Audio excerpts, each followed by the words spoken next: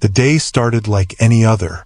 I went through my usual routine, dragging myself out of bed, getting dressed for work, and heading out the door. I had that tired, drained feeling that seemed to follow me constantly, a kind of dull numbness from the monotony of everyday life. I worked a 9-to-5 office job in a downtown building, spending most of my time staring at a screen and counting down the minutes until I could clock out. Not exactly exciting, but it paid the bills. That day, though, something felt off. It wasn't anything I could pinpoint, just a creeping sensation of unease that settled in the pit of my stomach. I tried to brush it off, telling myself it was just stress or maybe a lack of sleep. As the day dragged on, the feeling only grew stronger. It was like a weight pressing down on my chest, making it hard to focus on anything else. By the time I left the office, the unease had transformed into a full-blown sense of paranoia. I found myself glancing over my shoulder more than usual as I walked to my car.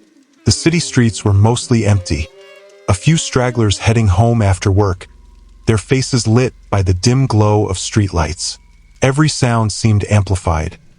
The distant hum of traffic, the rustling of leaves in the wind. Even the sound of my own footsteps felt too loud, too present. I unlocked my car, got in, and slammed the door behind me, locking it immediately. I sat there for a moment, gripping the steering wheel and taking a deep breath, trying to calm the rapid thudding of my heart. It was ridiculous. I was letting my imagination get the better of me. There was no reason to feel this way, no reason to be so on edge. Still, I couldn't shake the sense that something was watching me, that someone, somewhere, was just out of sight. The drive home was uneventful, but the tension in my body never eased. It clung to me, making my hands sweat against the steering wheel. I lived in a quiet neighborhood, a cul-de-sac at the end of a tree-lined street. Normally, pulling into my driveway felt like a relief, a sign that the day was finally over and I could relax. Not tonight. As I pulled in and turned off the engine, I found myself hesitating before getting out of the car, scanning the shadows around my house. Nothing was out of place. It was just a typical suburban street, silent and still, the houses darkened for the night. I shook my head, trying to snap myself out of it. "You're being paranoid," I muttered under my breath as I finally got out of the car and made my way to the front door. I fumbled with my keys for a second, my hands still trembling slightly from the strange anxiety that had plagued me all day. When I finally managed to unlock the door and step inside, I felt a small wave of relief. Home was supposed to be safe. Home was supposed to be where I could let my guard down. I flicked on the lights and closed the door behind me, locking it with a satisfying click. That's when I heard it. A soft thud, like something heavy being dropped behind me. I froze. The noise wasn't loud, but it was unmistakable.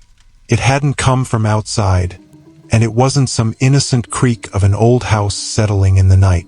No, it was deliberate, like someone was inside my house. My heart rate skyrocketed, and I stood there in the foyer, barely breathing, straining to listen. Every second felt like an eternity as my mind raced through possibilities. Maybe I dropped something earlier. Maybe it was just the pipes. Maybe I turned slowly, scanning the living room behind me.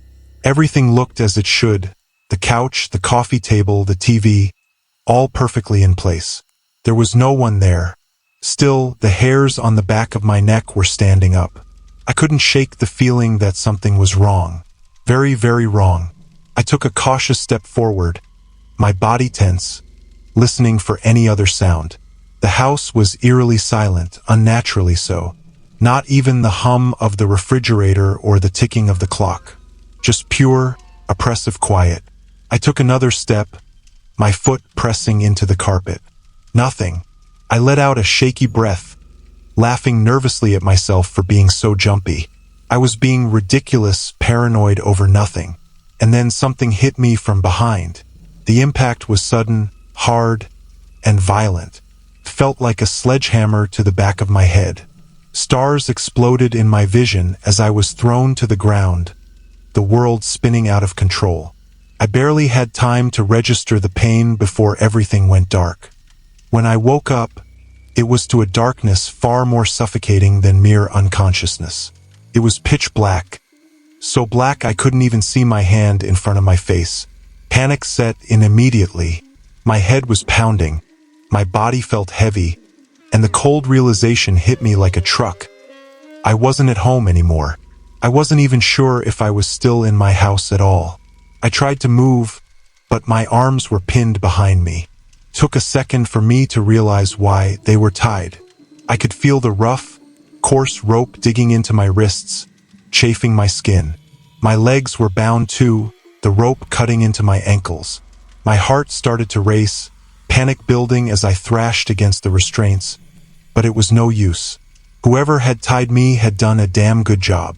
I tried to scream, but my throat was raw, and all that came out was a hoarse, desperate croak.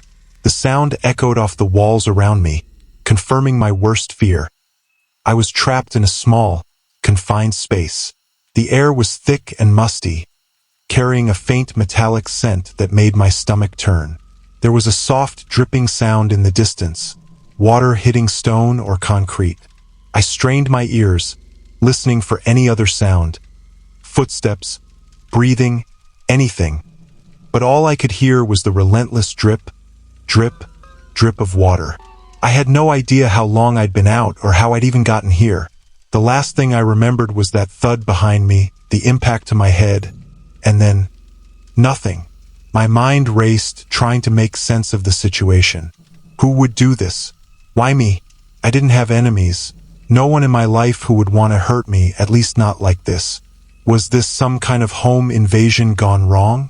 A robbery? But why take me with them? None of it made sense. The more I struggled, the tighter the rope seemed to get, cutting into my skin. I felt dizzy, lightheaded, the lingering effects of whatever blow had knocked me out still clouding my thoughts. I had no idea where I was.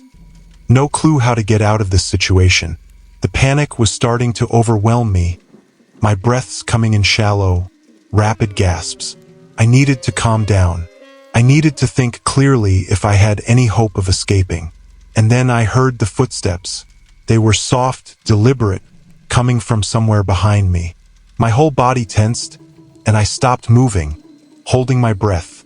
The footsteps grew louder, closer, each one sending a fresh wave of terror crashing over me. My pulse was thudding in my ears, drowning out everything else. I could feel my heart hammering in my chest as I waited, helpless, for whoever was approaching. The footsteps stopped. I could feel someone standing behind me, their presence as undeniable as the suffocating darkness.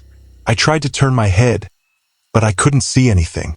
I could only hear the sound of their breathing, slow and steady, far too calm for the situation. Then a voice, low, soft, and disturbingly calm. "You're awake." I froze. The voice was right next to my ear, so close I could feel their breath on the side of my face. A chill ran down my spine, every muscle in my body locking up in terror. I didn't recognize the voice. It wasn't anyone I knew. It wasn't a voice I'd ever heard before. I opened my mouth to say something, to plead, to beg for answers, but the words stuck in my throat. Before I could muster a response, the footsteps began again, retreating into the distance. I was left alone in the dark, trembling, my mind spinning with terror and confusion. Who was that? What did they want with me? Were they going to come back? The silence pressed in around me, heavier than ever before. I was too scared to move, too scared to even breathe, worried that any sound I made would bring them back. I sat there, bound and helpless, for what felt like hours. Time didn't exist in that darkness. Every second stretched into an eternity. My mind raced through every horrible possibility. Torture, death, worse. I tried to convince myself that someone would come looking for me, that the police would be called, that somehow I would be found. But as the hours dragged on and the silence remained unbroken, a sinking dread settled in the pit of my stomach. No one was coming to save me,